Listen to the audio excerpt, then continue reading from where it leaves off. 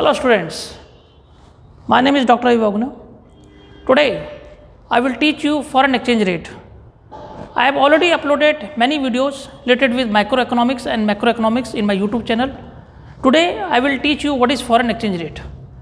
In foreign exchange rate, I have already explained what is foreign exchange rate, what is fixed exchange rate, what is flexible exchange rate, and what is the relationship between supply and foreign exchange rate.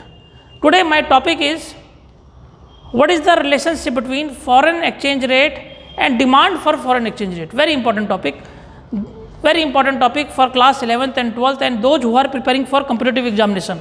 This topic is very important. Now students, first of all I will tell you what is the relationship between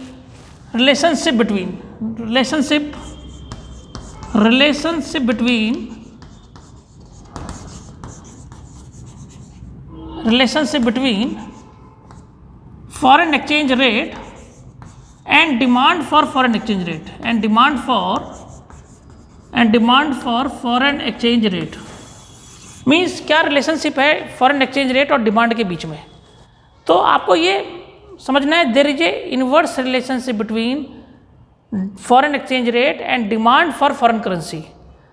foreign exchange rate और क्या demand के बीच में inverse relationship है, ये बच्चों को ध्यान रखना है. There is a inverse relationship between very important, there is a inverse relationship between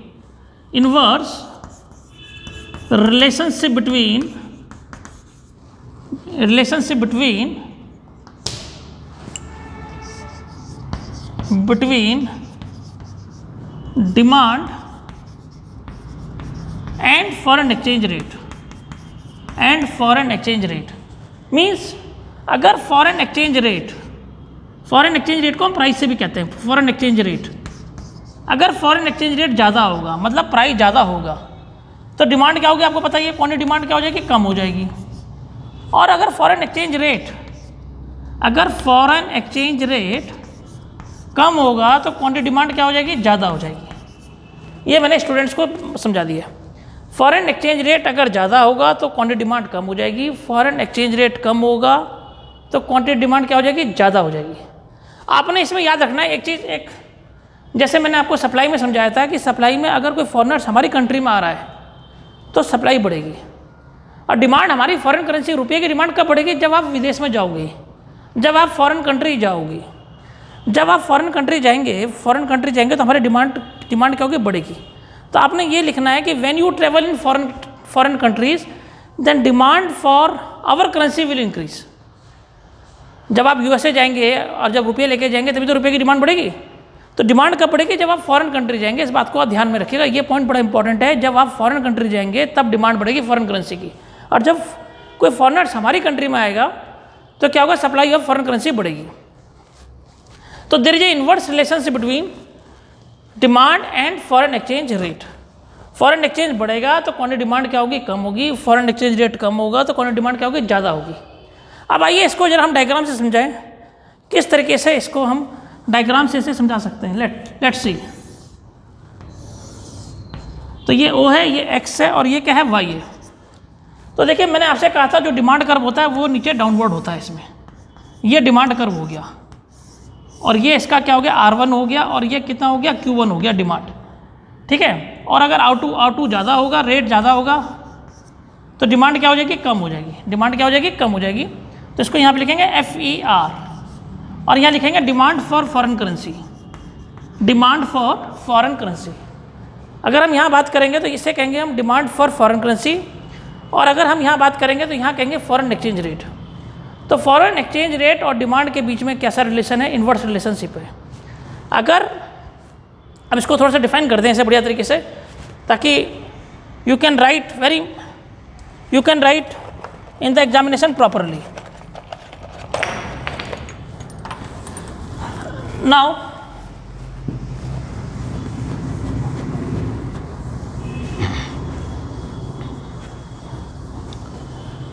ये मैंने स्टूडेंट्स को समझा दिया कि फॉरेन एक्सचेंज रेट और इसके डिमांड के बीच में कैसा इनवर्स रिलेशनशिप है. तो लिखिए when the price of foreign exchange, अगर प्राइस जो है फॉरेन एक्सचेंज रेट का फॉल होगा, व्हेन price अगर जो प्राइस है, price of foreign exchange, price of foreign exchange, अगर प्राइस क्या होगा, फॉरेन एक्सचेंज का फॉल होगा, तब क्या होगा? When price of foreign exchange falls, then demand for foreign exchange, then demand for foreign exchange, तो डिमांड क्या होगी फॉरेन एक्सचेंज की, वो क्या हो जाएगी, विल इंक्रीज, वो क्या हो जाएगी, बढ़ जाएगी।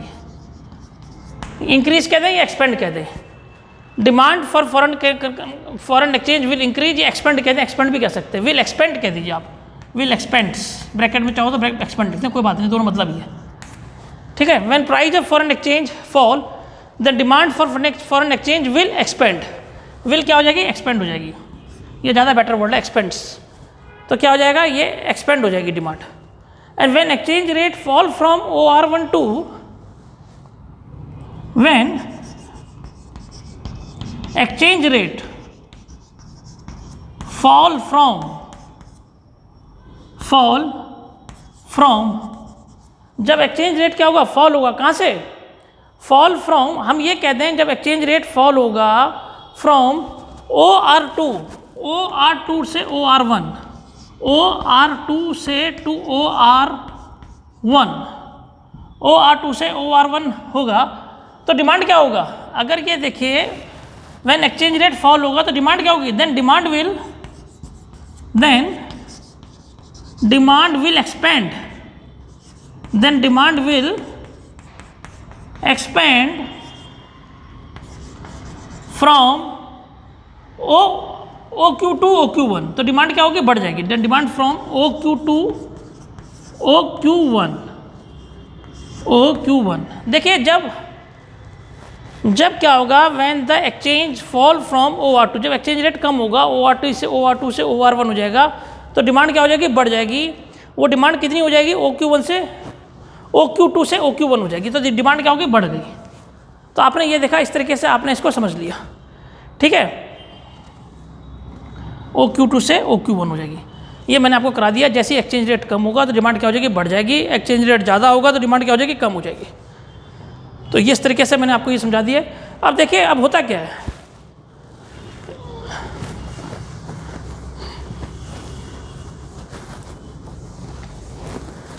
अब इससे होगा क्या, जब एक्सचेंज रेट फॉल होगा तो इससे फ़ायदा क्या होगा, इससे नुकसान क्या होगा, ये जानना जरूरी है।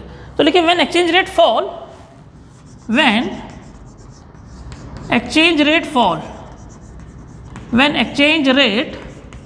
फॉल, जब एक्सचेंज रेट फॉल होगा तो इससे होगा क्या, इससे क्या होगा, 1 India rupees buying more goods in then 1 India rupees, तो उससे क्या होगा, उससे ये होगा कि 1 इंडियन रुपीज़, 1 इंडियन रुपीज़ से आप क्या करोगे, then 1 Indian rupees buying more goods in, buying more goods in US market, buying more goods in US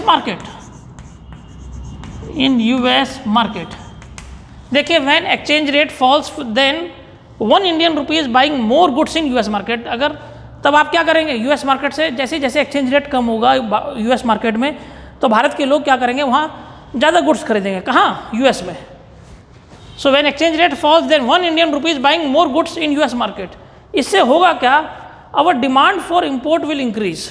number 1, our demand for imports will increase, हमारी क्या होगी, डिमांड क्या हो जाएगी, बढ़ जाएगी, अब डिमांड फॉर इंपोर्ट की डिमांड बढ़ जाएगी, और then demand for foreign, our demand for import will increase and then इससे क्या होगा, demand for foreign exchange will also rise, demand for foreign exchange will also rise, demand for foreign exchange will also rise। तो students, आपने एक आज बहुत अच्छा topic पढ़ा, और आपने पढ़ा कि फॉरेन एक्सचेंज रेट और डिमांड में क्या अंतर है, सबसे पहले बेसिक फंडा आपको याद रखना है कि डिमांड कब बढ़ेगी फॉरेन करेंसी की। डिमांड तब बढ़ेगी फॉरेन करेंसी की जब आप विदेश में जाएंगे। जब फॉरेन कंट्री में जाएंगे तो हमारे रुपये की डिमांड वहाँ बढ़ेगी। और फॉरेन एक्सचेंज रेट और डिमांड के बीच में इन्वर्स रिलेशनशिप है। अगर फॉरेन एक्सचेंज रेट ज़्यादा होगा तो डिमांड क्या होगी, कम होगी। अगर फॉरेन एक्सचेंज रेट कम होगा तो डिमांड क्या होगी, ज़्यादा होगी। ये मैंने आपको पहले ही बता दिया, ठीक है। और जैसे मैंने आपसे कहा, देखिए ये फॉरेन एक्सचेंज रेट है, ये डिमांड है। जैसे ही फॉरेन एक्सचेंज रेट प्राइस अगर फॉरेन एक्सचेंज रेट के बढ़ेंगे, अगर इसके प्राइस बढ़ेंगे फॉरेन एक्सचेंज रेट के, तो डिमांड क्या हो जाएगी, कम हो जाएगी। ये बेसिक फंडा आपको याद, दो चीज़ें याद रखनी है। एक तो आपको याद रखना है inverse relationship between foreign exchange rate and demand.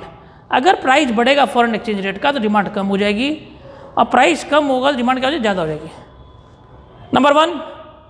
Number 2 आपको ये याद रखना है कि इससे क्या होगा, इससे ये होगा कि दूसरी ये बात याद रखनी है, डिमांड तब बढ़ेगी जब आप लोग फॉरेन कंट्री में जाएंगे तो डिमांड फॉर फॉरेन करेंसी की बढ़ेगी।